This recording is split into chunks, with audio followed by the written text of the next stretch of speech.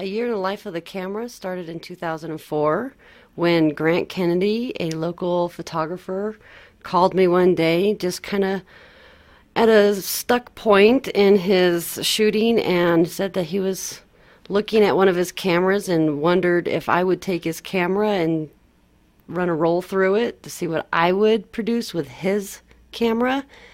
And we got to talking about that, and of course I have to make a mountain out of a molehill, so I said, well, let's just do 52 photographers and do it for a year, pass the camera around and do that. And so he really enjoyed the idea, and we kind of let other people know about it, and they joined in on the fun.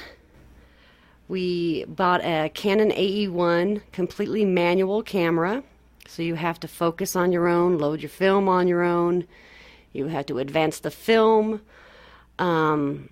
And that's what a lot of people had a hard time remembering, actually advance the film in this day and age of the technology and the all automatic cameras. But so we got 52 people that volunteered, wanted to sign up for it. So we put the weeks, week 1, week 2, then the date in a hat, and they drew what week they wanted, or not what they wanted, but what they got. They drew their week. And so we passed the camera, and they had to hand the camera off to the next person on the list by a Sunday, mid-Sunday type of thing. Some people shot 1 roll of film. Some people shot 20 rolls of film.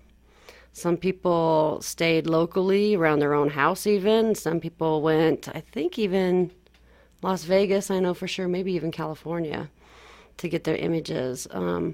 What it did, I think, for a lot of people is inspired them to think ahead. I know I did this for mine. Since my week happened like halfway through the year, I had a half a year to think about what I wanted to do. And so, like many other people, they also planned the shots they wanted ahead of time. One of the rules was they had to, the end product, the final 11 by 14 print had to be black and white.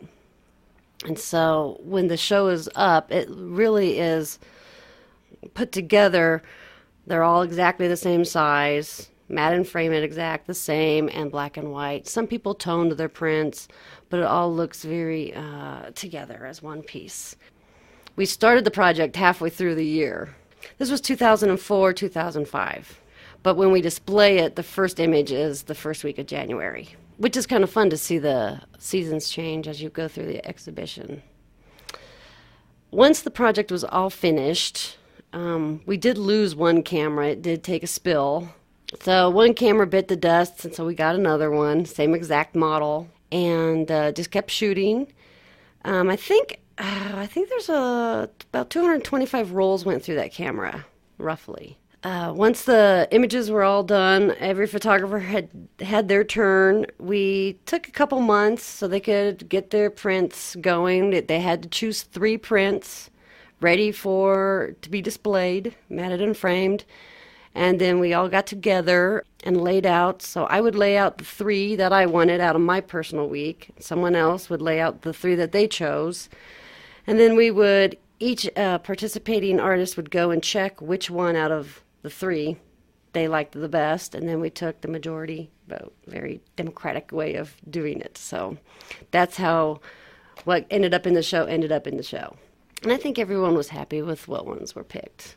I had them also write just a little few paragraphs about their week with the camera, and it really surprised me how it kind of changed their lives. For a lot of people that maybe have been doing photography for 30 years, they kind of forget that and they get a little lax with it.